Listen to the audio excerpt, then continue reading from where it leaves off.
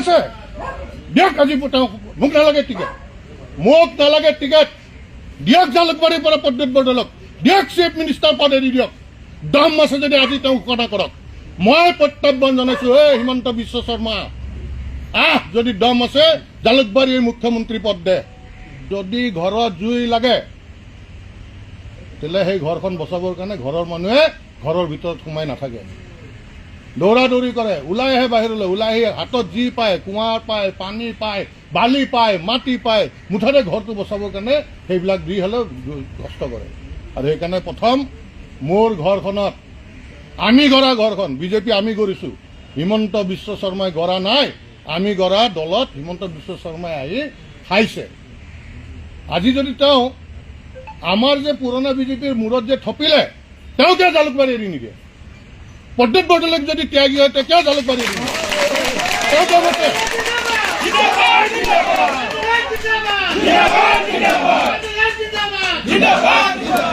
দম আছে দিয়ক আজি মোক নালাগে টিকেট দিয়ক জালুকবাৰীৰ পৰা প্ৰদ্যুৎ বৰদলৈক দিয়ক চিফ মিনিষ্টাৰ পদ এৰি দিয়ক দম আছে যদি আজি তেওঁ ঘোষণা কৰক মই প্ৰত্যাহ্বান জনাইছো হিমন্ত বিশ্ব শৰ্মা যদি দম আছে জালুকবাৰীৰ মুখ্যমন্ত্ৰী পদ দে ৰাজনৈতিক হেৰি চলাইছে গৰু চিণ্ডিকেটটো চলাইছেই কয়লা চিণ্ডিকেট চলাইছে চব বালিৰ চিণ্ডিকেটৰ পৰা পলিটিকেল চিণ্ডিকেট চলাইছে এজিবিৰ কেইটামান ভণ্ড জাতীয়তাবাদীক লগত লৈ এটা ভণ্ড জাতীয়তাবাদীক লগত লৈ আজি তেওঁলোকে চলাইছে মোৰ দুখ লাগিছে আজি মোৰ মনত পৰিছে 1999 চন একদম সফল ডেকা ল'ৰা আজি এই নৰেন্দ্ৰ মোদী ডাঙৰীয়াক যেতিয়া আমাৰ অফিচৰ পৰা এখন পুৰণা চমু গাড়ী দিছিল শ্বিলং যাব লাগে আৰু তেতিয়া তেওঁ কৈছিল এই গাড়ীখন ইমান বেয়া মোৰ অলপ গাটো বেয়া হৈ আছে তেতিয়া মই মোৰ নতুন এখন মাৰুতি এষ্টিম আছিল মাৰুতি এষ্টিমত তেওঁক লৈ গৈছিলোঁ গোটেই ৰাতি তেওঁৰ লগত আছো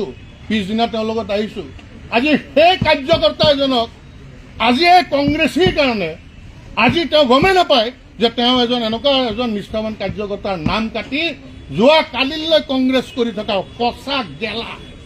পচা গেলা আজি সেই যিসকলক আজি আনি তেওঁ টিকেট দিছে এই কথাটো অন্তত যদি নৰেন্দ্ৰ মোদীয়ে গম পায় এবাৰ হ'লেও তেওঁ দুখ কৰিব যে মই এনেকুৱা এজন কাৰ্যকৰ্তাৰ টিকেট কাটিলো যি 35 বছৰে নিজৰ ঘৰখনৰ পৰা মুখৰ পৰা কাঢ়ি জীৱন যৌৱন আজি সেই দলটোক দিলে আমাৰ দলটোক দিলে সেইকাৰণে বন্ধুসকল যে স্পষ্ট কথা মই ঘৰৰ পৰা নিজৰ ঘৰখন বচাবৰ কাৰণে মই এটা নতুন ৰাজনৈতিক দল খুলিম শদিয়াৰ পৰা ধুবুৰীলৈ আমাক যিমান আমাৰ কাৰ্যকৰ্তাক উপেক্ষিত হৈ আছে আজি যিমান কাৰ্যকৰ্তাৰ বাবে আজি বিজেপিৰ দল আজি পাৱাৰত আছে যাৰ কাৰণে আজি এইসকল কংগ্ৰেছী আহি আমাক লাহে লাহে নোহোৱা কৰি আমাক ধ্বংস কৰি নিজে গোটেই হেৰি মানে অধিগ্ৰহণ কৰি ল'লে তাৰ বিৰুদ্ধে মাত মাতিবৰ কাৰণে আৰু আমি সমগ্ৰ অসমত সময় অভাৱ অন্তত মই আজিৰ পৰা পুনেৰে আৰম্ভ কৰিম আৰু এই দলটোৰ জৰিয়তে আমাৰ মূল দলটোক ৰক্ষা কৰিব লাগিব কাৰণ বাজপেয়ীজীৰ আদৰ্শ আমি আহি অসমৰ স্বাৰ্থত অসমীয়াৰ স্বাৰ্থত বিজেপি কৰিছিলোঁ অসম আন্দোলন আমি নিজে দেখিছিলোঁ আজি অসম আন্দোলন আৰম্ভ হওঁতে ক্লাছ 6ত আমি আছিলোঁ অসম আন্দোলন শেষ হওঁতে ক্লাছ 11ত অসম আন্দোলন শেষ হৈছিল আৰু এইখিনি সময়ত বাজপেয়ীজী আদৱানীজীয়ে অসম আন্দোলনত অসমীয়াৰ লগত থিয় হৈছিল আৰু সেই ফুলকমলীয়া বয়সতে এই বিজেপিত গৈছে আৰু সেই আদৰ্শও নাই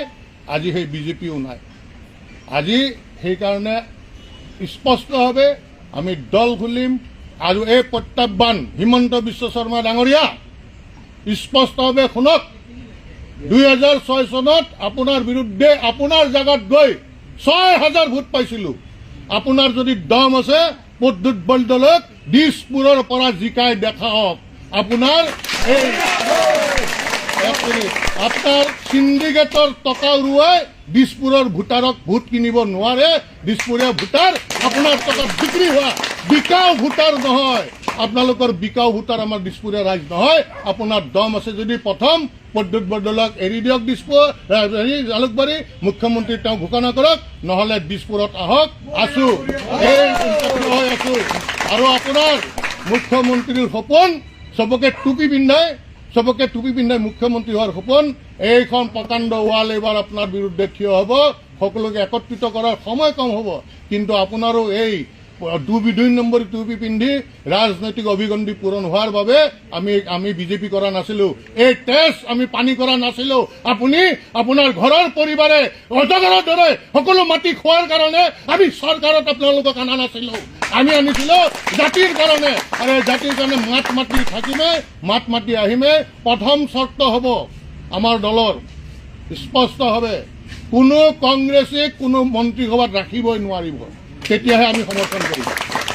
বিজেপি হৈ জন্ম, বিজেপি হৈ মৰিম, যদিও পদত্যাগ কৰিম সেইটো আনুষ্ঠানিকতাহে, অন্তৰৰ পৰা বিজেপি পদত্যাগ নকৰোঁ। কোনো কংগ্ৰেছীক আহিয়ে কোনো বিষয়ভাৱ দিব নোৱাৰিব, কোনো বিষয়ভাৱ দিব নোৱাৰিব। আমাৰ পুৰণি বিজেপিৰ কাৰ্যকৰ্তাৰ স্বাৰ্থত এই কামখিনি কৰিম, দলৰ কাৰণে, ৰাইজৰ কাৰণে আমি দল কৰি যাম। আৰু অটল বিহাৰী বাজপেয়ীদেৱৰ যি আদৰ্শ, অসম আৰু অসমীয়া আগত, আৰু এই অসম আৰু অসমীয়াৰ কাৰণে, প্ৰতিটো জাতি খিলঞ্জীয়া জাতি জনগোষ্ঠীৰ কাৰণে জাতীয়তাবাদৰ মূল ভেটি হিচাপে লৈ, জাতীয়তাবাদৰ মূল ভেটি হিচাপে ৰাষ্ট্ৰ নিৰ্মাণৰ কাম কৰিব এই দলটোৱে। আৰু এই দলটো নিৰ্মাণত যিমান দিন লাগে লাগক নালাগক, এই দল এটা অৱধাৰিত এটা লক্ষ্য হ'ব।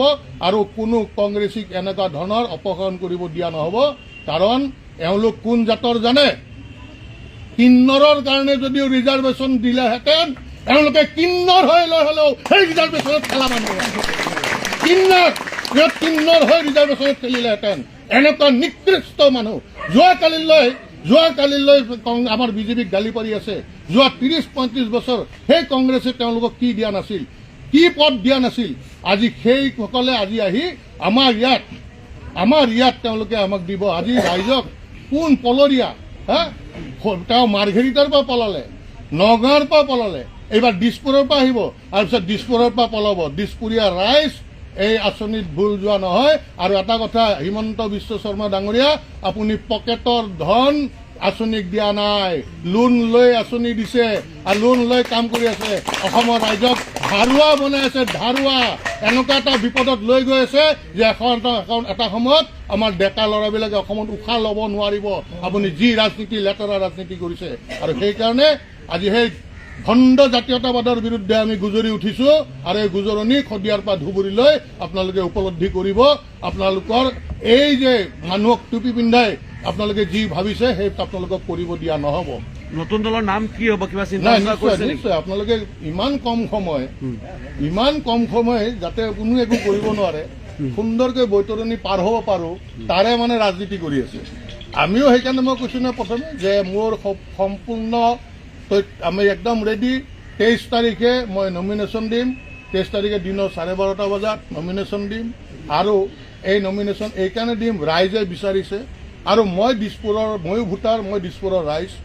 মই এনেকুৱা কংগ্ৰেছীক, কালি নথকা কংগ্ৰেছীক আজি আহিব ৱাশ্বিং মেচিনত গা ধুই ল'ব, আৰু তেওঁ আহি আমি তেওঁক ভোট দিম, ৰখি আছোঁ আমি ভোট দিব।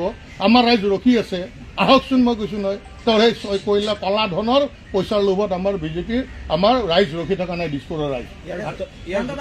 বিধায়কগৰাকীয়ে আশ্বাস দিছে, যদি আপুনি নিৰ্বাচন খেলে তেওঁ হয়তো সমৰ্থন দিব, এটা ইংগিত দিছে। নহয়, চাওক এটা কথা, বিশ্বৰ ভিতৰত আমাৰ দল ডাঙৰ দল, বিশ্বৰ ভিতৰত আমাৰ ডাঙৰ বেছি কাৰ্যকৰ্তা, দিছপুৰত কি কাৰ্যকৰ্তা নোহোৱা হ'ল? দিছপুৰীয়া ৰাইজ, গুৱাহাটীৰ বাকী ৰাইজ কি আমি কিন্নৰ নেকি যে আমাক ওপৰৰ পৰা আনি দিব?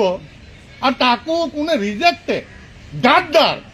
আমি ভগৱান শ্ৰী ৰামচন্দ্ৰক পূজা কৰোঁ, কিন্তু সেই ৰামচন্দ্ৰক সহায় কৰা বিভীষণকো আমি ক্ৰিটিচাইজ কৰোঁ। আমি সদায় কথাত কহি ঘৰ শত্ৰু বিভীষণ কাৰো নহয়, যদি ভগৱান ৰামচন্দ্ৰক সেৱা কৰিছিল। আজি যিটো দলক গাদ্দাৰী কৰিছে, এই দলটোক গাদ্দাৰী কৰোঁতে কিমান দিন লাগিব? আজি পলিটিকেল চিণ্ডিকেট এটা তৈয়াৰ কৰি আছে, পলিটিকেল চিণ্ডিকেট। কেনেকে ৰাইজৰ কাৰণে নহয়, কেনেকে তেওঁ পুনৰ মুখ্যমন্ত্ৰী হ'ব পাৰে, আপোনালোকে যাতে আজি তেওঁক প্ৰশ্ন কৰে।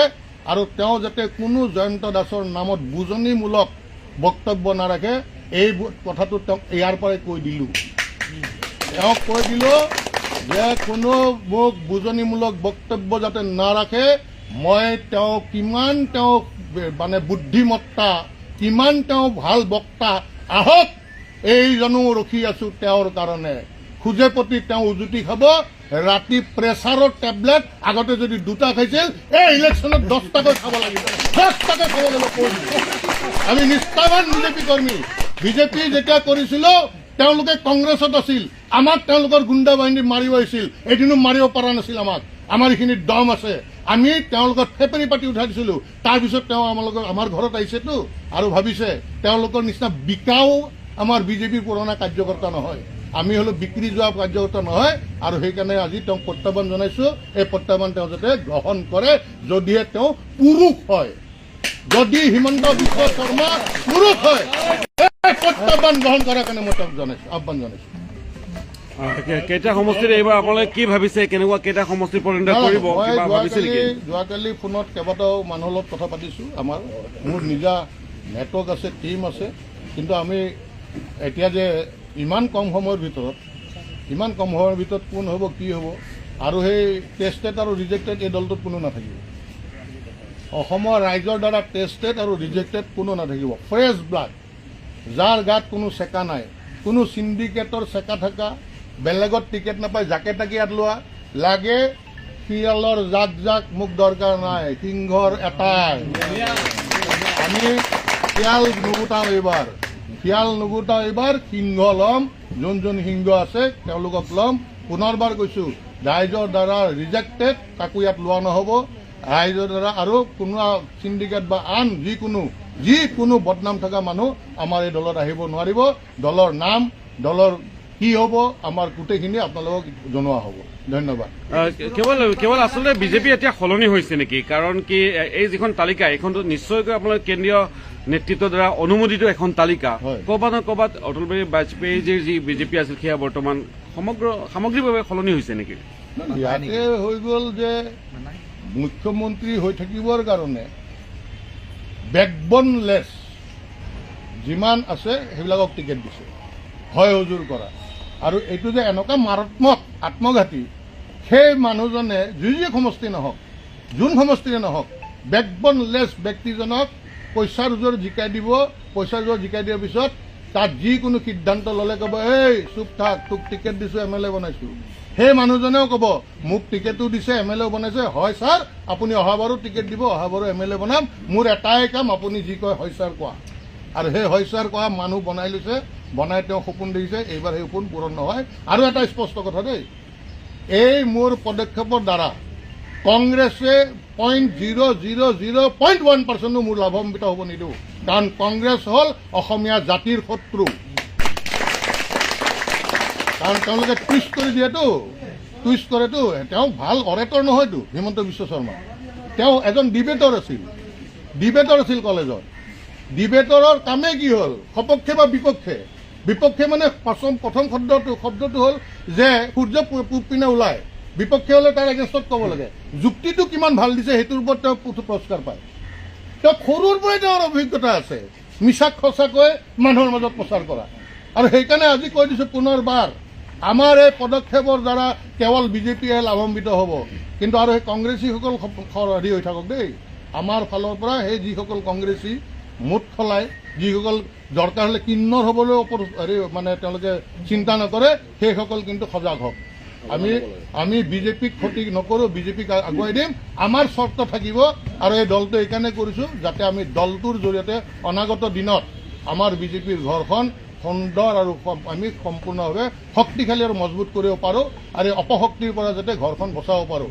এই জুই হ'ল ঘপকৈ লগা জুইকুৰা অপশক্তি হয়। ঘৰ এখনত যদি ঘপকৈ একুৰা জুই লাগি যায়, সেই জুইকুৰা নুমাবৰ কাৰণে সকলোৱে দৌৰা দৌৰি কৰে, সেই জুই নুমাবৰ কাৰণে পদক্ষেপ লৈছোঁ।